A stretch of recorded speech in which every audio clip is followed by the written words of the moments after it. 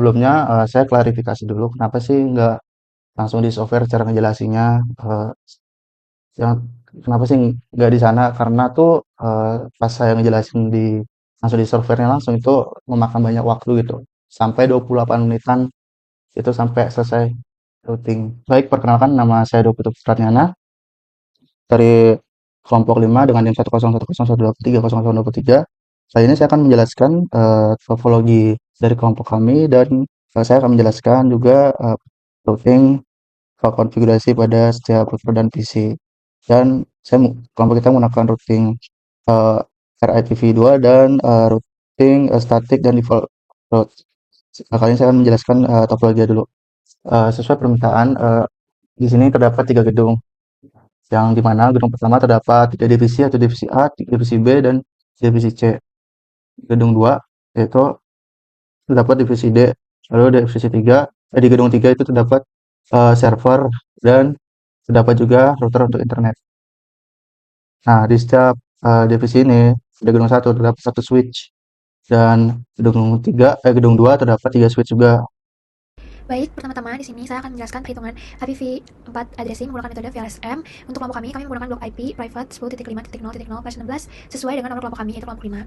Baik, pertama-tama di sini saya akan memperlihatkan hasil dari VLSM yang telah saya buat di Excel, yaitu di sini pertama-tama kita urutkan dulu dari kebutuhan host yang paling besar, yaitu ada divisi D dengan 70 PC, divisi C itu 19 PC, divisi B itu 16 PC, divisi A itu 13 PC, server gedung 3 itu ada 2, itu server dan router. Untuk router 1 ke router 3 itu ada 2, router 2 ke router 3 itu ada 2, dan untuk router 3 ke internet itu ada 2. Kemudian di sini kami telah menghitung urutan prefix yang dipilih untuk kebutuhan host masing-masing dari subnet. Yang dimana pastinya untuk pemilihan prefix ini itu dilebihkan dari kebutuhan yang dibutuhkannya. Jadi jumlahnya itu nggak mungkin ngepas. Jadi pasti akan dilebihkan. Jadi di sini untuk divisi D itu menggunakan prefix yang dipilih itu adalah plus 25 dengan jumlah usable itu 126. Untuk divisi C itu menggunakan prefix plus 27 dengan jumlah usable itu 30. Untuk divisi B itu menggunakan prefix plus 27 juga dengan jumlah usable 30. Untuk divisi A itu menggunakan prefix plus 28 dengan jumlah usable itu 14.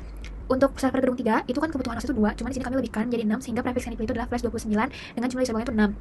Untuk router 1 ke router 3, kemudian router 2 ke router 3, dan router 3 ke internet itu tuh masing-masing menggunakan prefix plus 30 dengan masing-masing jumlah usable itu adalah 2. Lanjut, ini ada tabel VLSM yang telah kami buat mulai dari network address range, broadcast, dan juga subnet mask. Dan ini yang telah kami dapatkan dari hasil perhitungan. Lanjut ke konfigurasi divisi. Nah, untuk divisi A itu kita menggunakan IP address sesuai untuk divisi A itu, untuk divisi A sampai divisi D itu kita menggunakan IP gateway sesuai pada penghitungan VLSM pada yang telah dihitung seperti ini.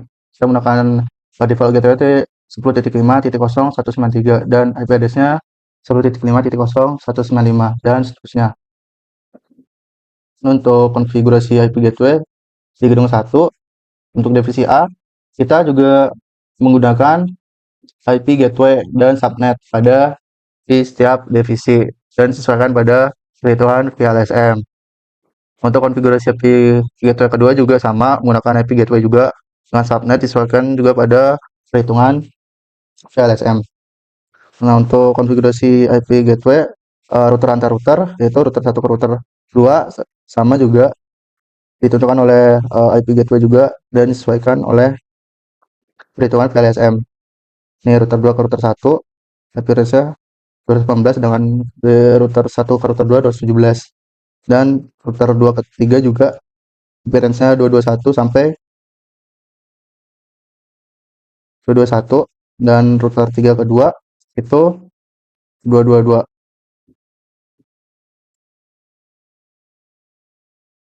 Dan routing RIPv2 itu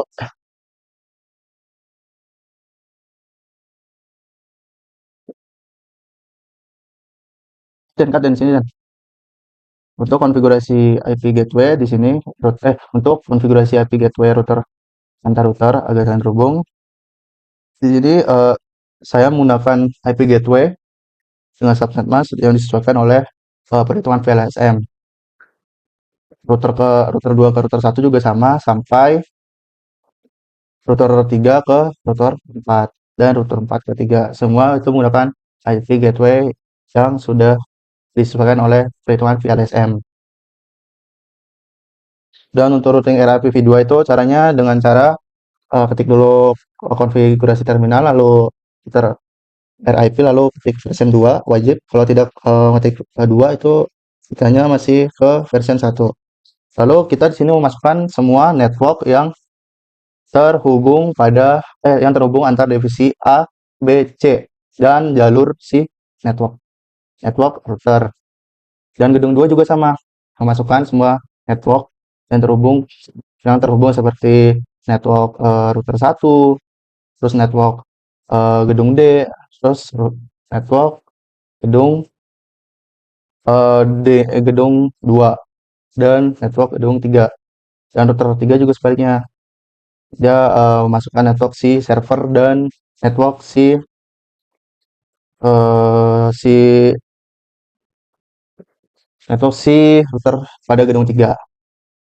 Nah, yang terakhir cara routing statik internet di router 4 itu pada router 2 di gedung 2 itu agar semua PC bisa ngirim data ke arah server dan internet kita buat default cut cut routing statik internet eh pada routing statik internet router 2 gedung 2 agar semua PC bisa mengirim data ke arah server dan internet kita buat default route dengan membuat gerbang next hop dari router 2 adalah IP milik router 3 ya, yang ada di gedung 3 yaitu 10.5.0.222.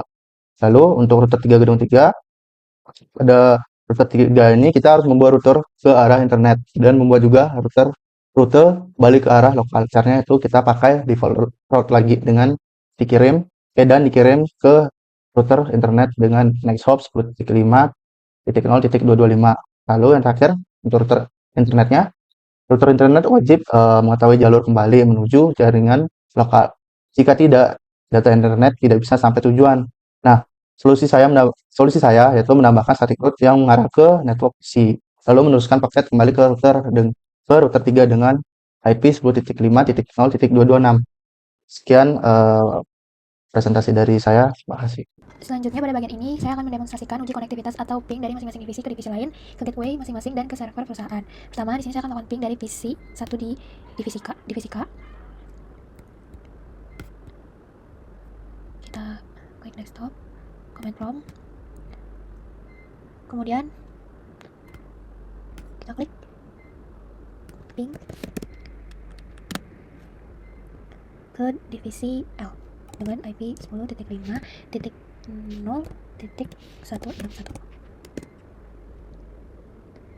Nah, ini ping berhasil. Lalu kita cek ke divisi M, ping 10.5.0.129. Nah, ini pingnya berhasil. Lanjut ke divisi N, ping 10.5.0.1. Ping berhasil dari divisi N. Sekarang kita ke gateway di divisi K.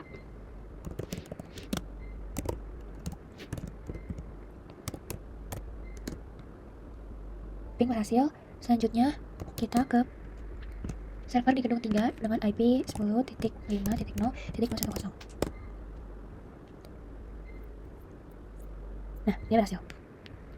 Selanjutnya, berarti di sini semua pin dari divisi K itu berhasil dan itu menandakan kalau routing RIP videonya itu berjalan dengan baik ke antar gedung. Selanjutnya, kita akan coba di divisi L. Di sini kita pakai PC 2. Ke desktop terus ke command prompt. Kita coba melakukan ping ke PC divisi K di IP 10.5.0.194. Dia berhasil. Kemudian kita coba ping lagi ke divisi M di IP 10.5.0.130.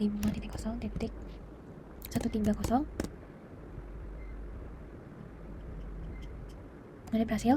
Terus kita ke divisi N dengan ping 10.5.0.1. Nah, dia berhasil di divisi N. Terus kita ke gateway divisi L dengan server 10.5.0.210 dan dia juga berhasil. Kita lanjut ke divisi M. Kita pakai divisi 4. Nah, di sini kita akan coba melakukan ping ke divisi K.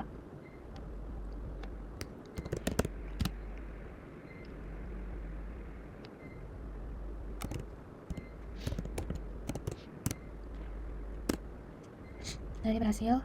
Kemudian kita ke divisi L.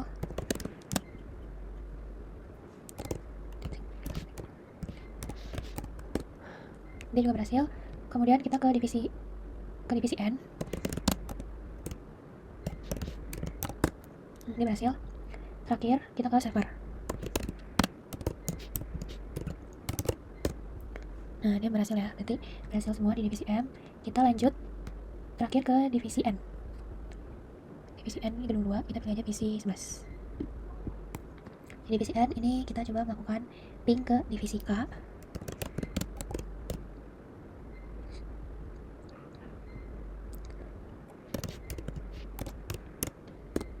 Dia berhasil.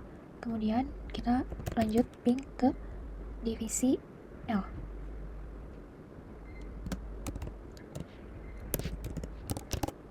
Nah, dia berhasil. Lanjut kita ke divisi M. Ping ke divisi M. Berhasil. Terakhir kita ke kita ke gateway divisi N dulu. Kita ping ke gateway divisi N.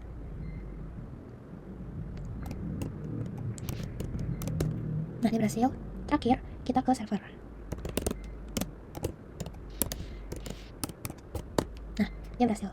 Jadi seluruh skenario ping antar divisi ke gateway maupun ke server ini berhasil dilakukan. Hal ini tuh membuktikan kalau si konfigurasi IP address-nya itu dan dynamic routing RIP v2-nya itu yang kami terapkan sudah berjalan dengan benar. Baik, selanjutnya di sini saya akan mendemonstrasikan akses ke domain web server perusahaan dari seluruh divisi. Untuk domain yang digunakan adalah www.kelompok5.com yang sudah dikonfigurasi di DNS server pada gedung 3 dan mengarah ke IP server 10.5.0.210. Untuk teman-teman di sini kita buka PC 0, kemudian web browser. Lalu di sini kita ketik www.kelompok5.com, kemudian kita go. Nah, terlihat di sini setelah ditekan go, halaman web itu berhasil dimuat. Di sini menampilkan nama anggota dan juga topologi jaringan. Berarti berhasil. Kita lanjut ke PC 2.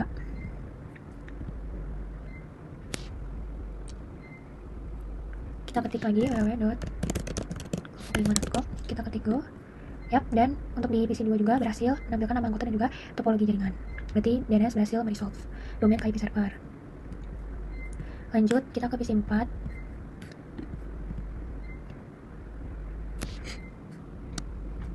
Kita klik juga.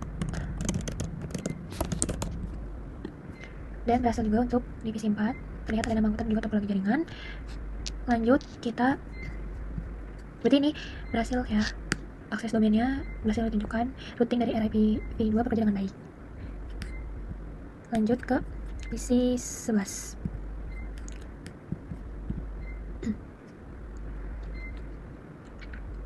Oke, kita ketik lagi. Kita go.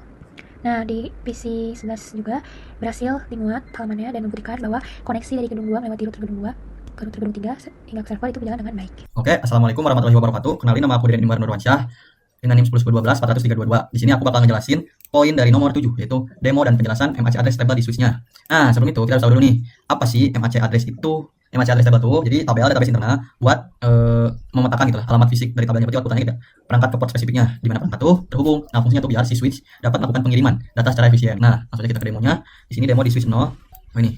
Buat demo di switch 0 ini ada beberapa outputan MAC address table. Sebelumnya aku udah nge-prom soal MAC address table ini, biar keterbatasan waktu juga. Nah, penjelasannya tuh ada VLAN. VLAN tuh ini tuh bernilai 1, yaitu switch ini tuh ngelompokin perangkat dalam VLAN 1, yaitu VLAN default. Lalu ada MAC address dengan kode yang di bawah sini, itu tuh identitas fisik unik perangkatnya yang terhubung ke suatu switchnya. Lalu ada type dynamic, itu tuh status dynamic itu berarti si switchnya itu mempelajari secara otomatis alamat itu melihat alamat sumber dari setiap data yang masuk ke port-portnya. Nah, jadi kita tuh tidak perlu memasukkan secara manual. Lalu ada FA 0-1, itu lokasi fisik si perangkatnya. Jadi switch itu mencatat bahwa perangkat tersebut ada di port ini FA 0-1, dan dengan gitu si datanya itu ditujukan untuk MAC address ini. Nah, si switch itu akan langsung meneruskan ke port tersebut tanpa harus menyebar ke port lainnya. Oke, selanjutnya kita ke poin nomor 8, yaitu demo dan penjelasan ARP table pada PC atau router. Nah, kita pakai di sini router. Nah, sebelum itu aku bakal jelasin dulu apa sih ARP table itu. ARP table itu, ARP itu kepanjangannya itu Address Resolution Protocol. Table adalah table database di dalam router yang berfungsi untuk memetakan alamat logika atau IP address-nya ke alamat fisik atau MAC address. Terus di sini juga aku bakal demoin buat ARP table-nya. Di sebelah outputan ARP-nya tuh ada beberapa kolom atau baris. Yang pertama ada protokol, lalu address, lalu age, hardware address, type, sama interface. Jadi itu apa sih? Nah, yang pertama itu protokol. Protokol itu internetnya lah. Jadi itu tuh menunjukkan bahwa si tabel itu bekerja untuk protokol IP. Nah, terus ada address juga di bagian sampingnya itu. Pokoknya si address ini tuh sebagai alamat IP tujuannya. Misalkan di sini ada IP yang bisa kalian lihat IP-nya di sana 10.5.0 itulah 21. Itu alamat yang kita ketahui secara logikanya. Jadi buat IP tujuannya lah itu. Terus ada hardware ADDR. Itu tuh adalah MAC address atau identitas fisik perangkat yang bersangkutan. Nah, ini tuh data vital yang dicari router agar si paket itu bisa diteruskan ke perangkat fisik yang benar. Lalu ada type atau ARPA di sananya. Nah, itu merujuk pada protokol Ethernet yang biasa digunakan. Biasanya itu tipe Ethernet 2. Lalu ada interface. Si interface ini tuh menunjukkan lewat port mana router harus mengirim. Router tuh kapan harus mengirim data untuk mencapai IP tersebut. Nah, itu membantu router menentukan jalur keluar fisik yang benar. Nah, ini buat yang router ke-1. Lalu router 1 ini, sorry. Lalu selanjutnya di router 2 ini. Lalu router 3 ini dia. Oke, sekian dari saya, langsung kita lanjut ke nomor 9. Oke, selanjutnya kita ke poin nomor 9, yaitu demo dan penjelasan routing table pada router. Nah, di sini kita bisa lihat buat demo dan penjelasan routing table itu apa sih gitu sebelum kita beranjak ke demonya. Nah, definisi routing table sendiri itu database utama di router yang fungsinya sebagai peta atau panduan agar si router itu tahu ke arah mana paket data harus diteruskan agar sampai ke tujuan. Nah, kita langsung aja ke demonya. Di sini di tampilan itu ada CC, RC sama RR. Nah, di situ tuh yang pertama di R dulu deh. Di R itu tuh penjelasannya. R itu adalah RIP yang dimana router ini tuh didapat secara otomatis melalui protokol routing dinamis RIP v2. Nah, jadi di gambar itu ada R10.5.0.0/25 dan 120 ini yang saya blok ini. Itu tuh sampai ke fase Ethernet 0/0 itu berarti router itu belajar rute menuju jaringannya dari tetangga lewat IP yang 10.5.0.218. Nah, selanjutnya tuh ada kode C. Kode C itu connected yang dimana jaringan terhubung langsung secara fisik ke interface router saya.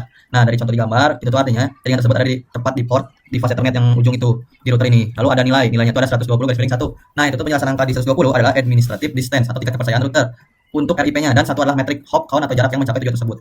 Nah, jadi itu saja, cukup sekian dari saya. Saya kembalikan ke rekan saya. Terima kasih. Perkenalkan, nama saya Muhammad Reza Putra dari kelas Departemen 10 dari kelompok 5. Hari ini saya akan menjelaskan demo dari UDP dan FTP. Pertama kita dari UDP dulu. Pertama kita klik PC dulu.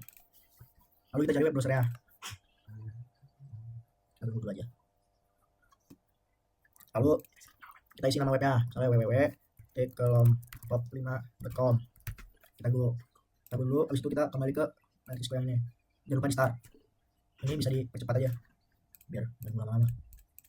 Nah, habis itu jangan lupa di pause kalau misalnya udah ada centang hijaunya. Ini tadi ada centang hijau ini.